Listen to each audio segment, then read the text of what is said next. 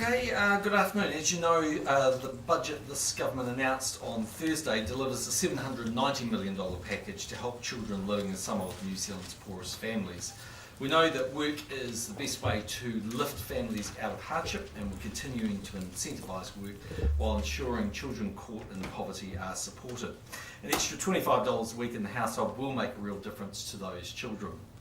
This builds on years of considered welfare reform aimed at supporting more people off welfare and into work. The long-term approach of investing in people is working. We now have 42,000 fewer children living in welfare-dependent homes than we did 3 years ago.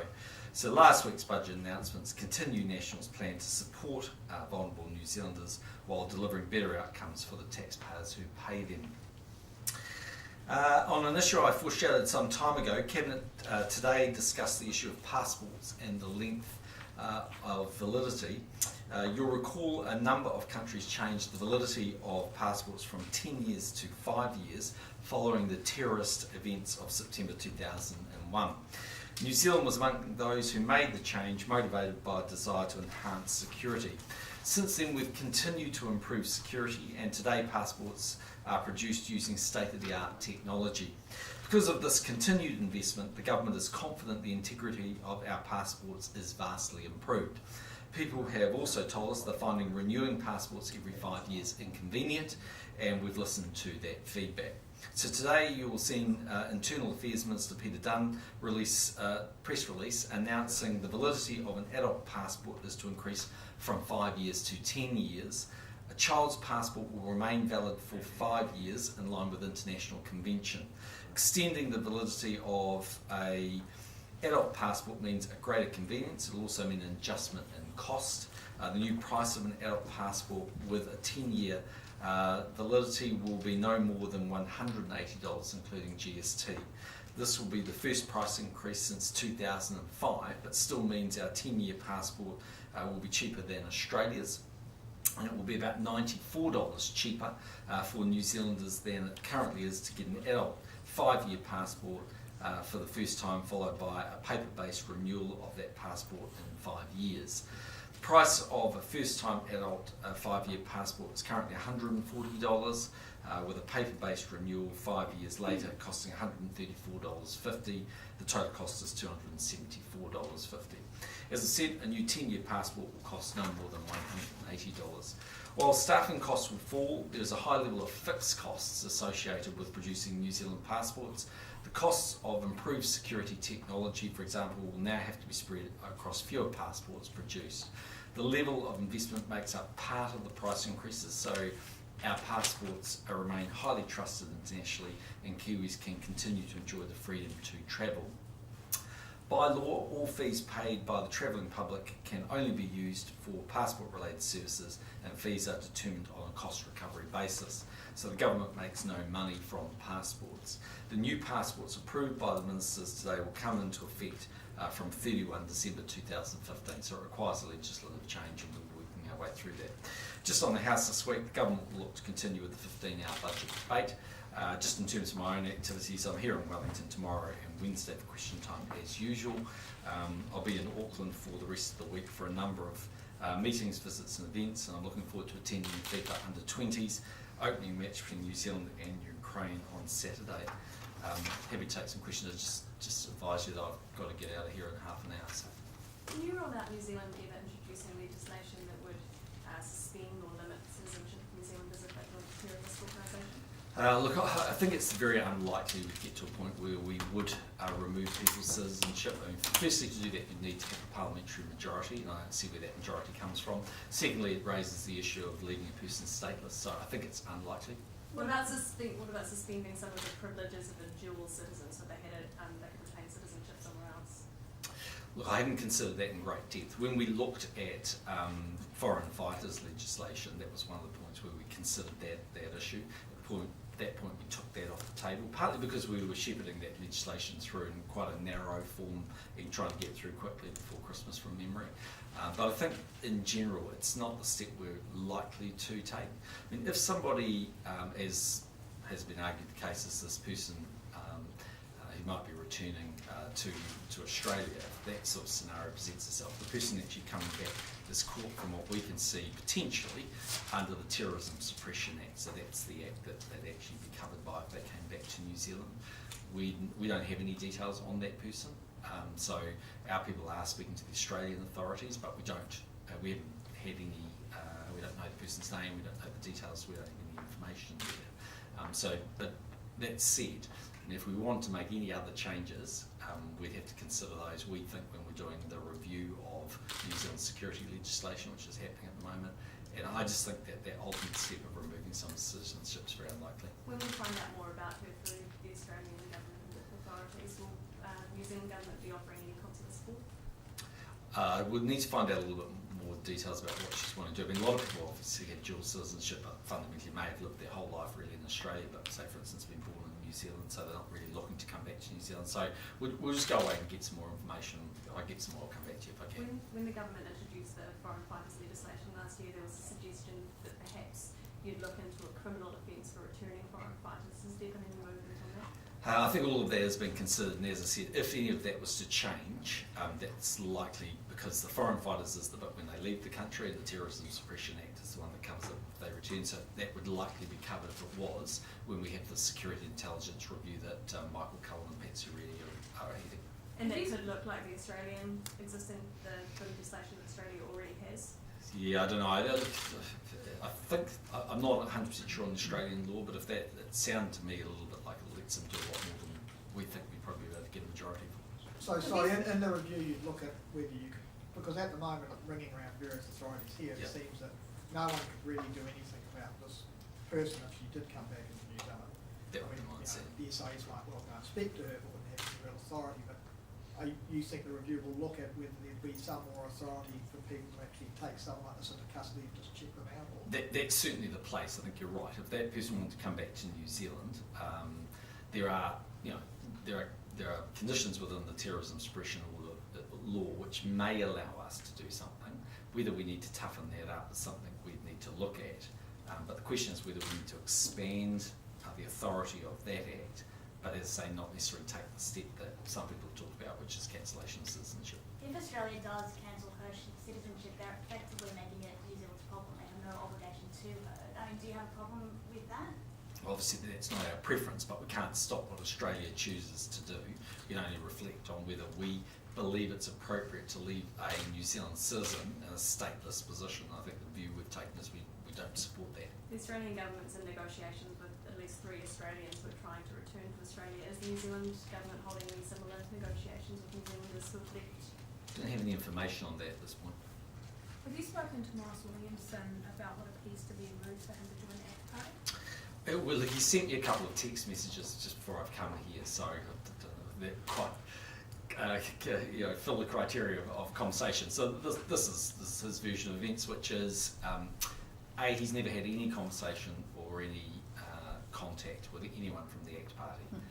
So that's actually not something he's driving, and he's not interested in leaving National and joining the ACT Party. So some other people are having a sort of a bit of a brainstorming session on what they might think is a good idea. People are always free to do that, and people go and do that, but it's not with Morris's authority. It's equally true. I asked him about the reports I'd seen in Richard Harman's thing this morning about him crossing the floor on health and safety. That's also not true. That's not something he's ever said, and it's not something he's considering doing. Do you believe him about the ACT Party? Yeah, no, I believe him. Look, I mean, if he wanted to go to the ACT Party, he's had lots of opportunities over the years, and he's never chosen to want to do that. He's very happy being the national member for Pakuranga, and that's how he wants to stay. He's not that happy being backbench though, is he? Well, people are ambitious, and Morris is a talented guy, and I think of course he'd like to be a minister. Again, I understand that completely, but he's not looking to lead National. Did you ask him if he had knew that Don Brash was approaching ACT on his behalf? No, I didn't ask him that direct question, but he made it really, really clear that he hasn't asked anybody, he hasn't made any approaches, and he hasn't asked anyone to advocate for him. It's not something he is looking to do. In fact, he's pretty grisly with the ACT Party that they would write this stuff in their newsletter because he's saying it's without foundation and without reference to him, and it's not correct. But you need to go and take that up with the ACT Party. Judith Collins said that Labor was spreading rumours about her wanting to join the ACT Party as well. Do you think there's some kind of concerted campaign? Yeah, well, like as I said, people cock up all sorts of harebrained ideas around here. because it's what you believe. Just on planet Fora, do you think he deserves an apology? I think, as I said this morning with Paul Henry, my concerns would be that, if you're really saying he deserves an apology, the next step is compensation. His lawyer has written, as I understand it, to the Justice Minister. That letter was received in April, so she is now having to consider that issue. I think it's much better I just leave it with her to let that go through the process. But I suppose wrongfully imprisoned for more than 20 years, it kind of beggars belief that he wouldn't get an apology, doesn't it? Well, I think you've got to go through a process. I mean, they're established, and there's consequences of that. So I don't think anyone's trying to shy away from that. We're just simply saying there's a process you've got to go through, and he hasn't gone through that yet. And is there any idea on the time frame of that process? Minister Adams' office would know, but I don't know. Do you think you should have gone to the electorate before the election to talk about the customs levy and the Kiwisaver kickstart removal? No, I don't. I mean, look, in the end, we have to make a whole series of adjustments when we're trying to put together a budget. And, if you take the principle that we have about $1 billion to spend now, and $700 million comes from health and education, then if we want to have a particular focus, as we did on, say, material deprivation, we do have to find money from other places, and that's or run a smaller program. So there's always going to be adjustments. I think if you get to the point where governments are going to say they're going to campaign on every single thing they're going to do in every budget in the future, you'd be running an awfully long election campaign, and I don't think it would be practical, because you actually have to live in the here and now. Our view on taking advice from IRD, and their advice was very strong, is it will have absolutely no impact on people joining Kiwisaver, and I believe that. I think it's not going to have any impact at all. In terms of the border security levy, well, the view that we took was that we need to actually spend more money in this area, and it's actually appropriate that it's a user pays levy. It had been paid for under general taxation, but we need to spend a lot more, and I think it should be paid for by users. And as I said this morning, the Queenstown fruit fly cost $25 million so far.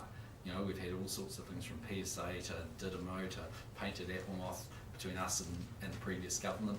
And actually, we just got to have more X-ray machines, more people, and more beagles. Is the $521 per year contribution, is that vulnerable to being cut if the government needs to find more money? No, I don't think it is. So, so you're guaranteeing that after the next election or the next year you won't be cutting it? Well, we'll go to 2017 with an election manifesto, and when we do, we'll let you know what that is. But there's no intention to change the tax credit. On the passports, are you using the extension back to 10 years as an excuse or as a reason to increase the price? Because people say $180 is a lot of money. Well, the thing I'd say is, firstly, it's significantly cheaper than having 2 5-year passports. Secondly, we just can't avoid the fact that there are some fixed costs in there, and those fixed costs now have to be spread across a smaller number of passports. So, no, we've done everything we can to try and get those costs down. In fact, Treasury's argument was that we should charge a lot more.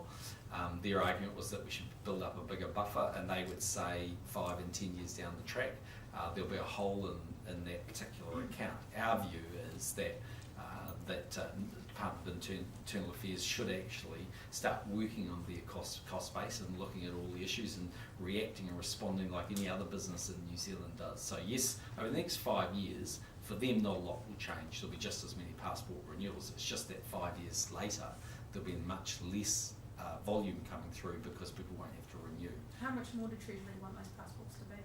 I think there's a whole range, but like a lot more. On the poverty package, I mean, you've been talking lately about children, what you consider sort of hardcore deprivation. But there's always been a debate about what is poverty. I mean, are you getting closer though to defining it from the government's point of view and being quite clear, here's the poverty line? Yeah, as you know, I mean, the government's view is that it's not one single measure of poverty. I think there's a whole range of different things you can look at. I don't think we're looking to get to a point where we say there's one single measure of poverty.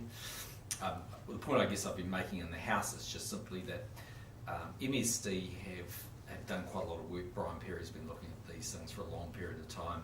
They have changed and reformatted it. Like, I think the EU criteria list for what is deemed to be poverty, and on their definition, they would say that the children in most severe hardship experience between 9 and 11 matters on that deprivation index, and that's about 60 to 100,000 children.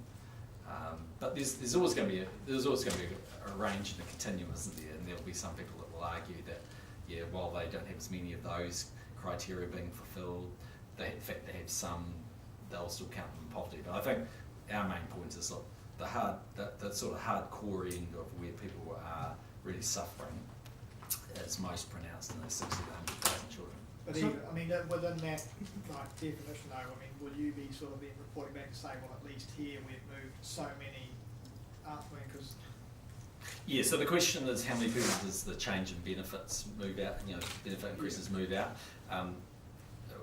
I asked Brian Perry that question, and the answer is it will move some people out. He was quite convinced actually it would make a difference, but exactly how many people it'll move out in total, I don't know, because in reality these are some youngsters that are in quite significant, significantly poorer conditions than other youngsters, and of course, some people will still catch in the wider definition, because even if they're not in the 9 to 11, they'll still be counted in certain areas. So within the end, our main focus, to be blunt, is not so much about definitional issues. It's really about saying, can we make a difference to these youngsters? We think the $25 will. Prime Minister, a lot of the people who are receiving this $25 are going to be abated, so they're not going to. I mean, some people who are beneficiaries won't receive this. It's very, very targeted. I don't think that's really right. There's some abatement, and the finance minister can give you the exact numbers, but the advice that we had is there'll be some abatement if they have accommodation supplements depending on their rent and various other things, but only in the order of $2 to $3, I thought. The total cost of this seems to be about $50 million. Is that what, in terms of No, the value in this financial year? Oh, that's only because it starts 1 April next year. Can you tell us what the difference between a tax and a levy is, please? I can give you exactly the same answer I gave you on Friday. I've been to the IRD and they've just sent me to the Oxford Dictionary, and I'm getting I can't really find the difference. You come up to my office and I'll give you an Oxford Dictionary. Do you just know off the top of your head what the difference is? I'm not going to give you that definition. Go and look in the dictionary. You're not lazy. You know how to do it. Is the dictionary right when it says it's the imposition of a tax? It's quite clear. The situation, you have to go and find your own definition. So do you agree with... There's no allocation for the Queenstown Convention Centre proposal. Is that a vote of no confidence by the government in that proposal? No, we still could possibly put money in there. That's going through a process in Queenstown, as I understand it. And look, in the end, I said to the Mayor in Queenstown that if they came up with a proposal that the Queenstown people supported, because they're going through a process of how they would pay for it, that we would consider that. And I stand by that view. We'd still consider putting in money. Because in their March annual plan, they're looking at $26.7 million in external funding. That, by the sound of it, would be quite ambitious if they're expecting that to come from central. The council would be. Yeah. 26 million of external funding? Yeah. Okay, so before the election, we wrote to the Queenstown Council because there had been some debate about, numbers were being thrown around that were just far larger than what we had ever talked to them about. So we originally said to them the number that we might consider contributing under the right conditions with everything being met would be 5 million, maybe 10 million at the outside. So before the election, before they went through the consultation process, we wrote to them and said, we just want to make it absolutely clear that you understand this is the outer boundaries of what we could contribute. So I don't know where they'd get all the other money from if they need that, but I know what the government could consider giving. And this would be separate from the 34 million over 4 years for attracting overseas business to New Zealand.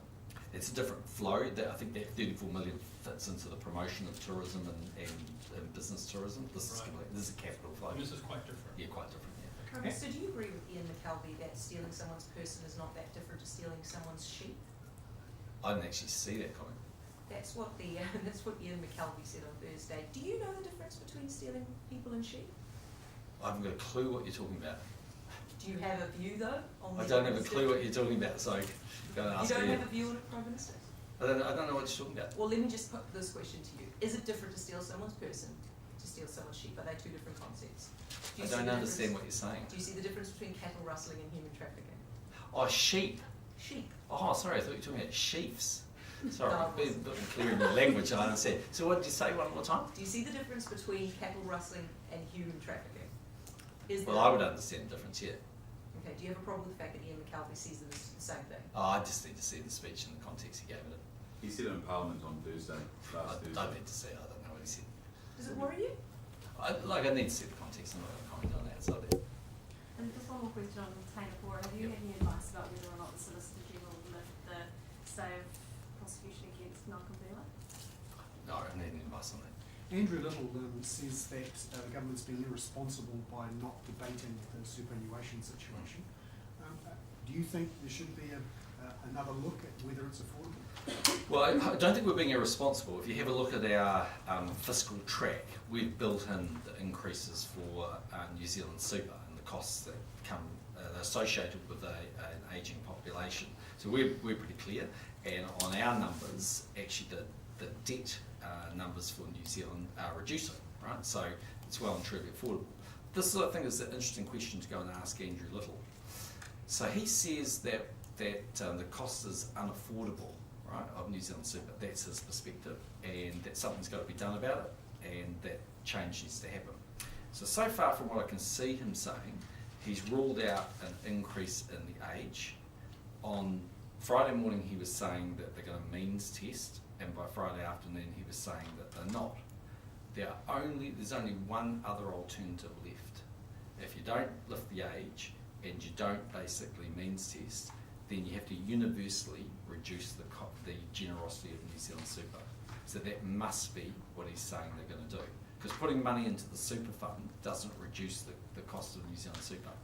So I assume when he says they're giving a lot of thought to it and they intend to address that issue, Labor is going to campaign on reducing the generosity of New Zealand super. So when you say it's affordable, are you going up to 2030 or just the limited forecasts that are in the budget? But at the moment we're in our forecast period, which is out to 2020, it's 5 years, whatever it is, but overall we're still confident it's affordable. And it's, as I said before, it's no different from healthcare.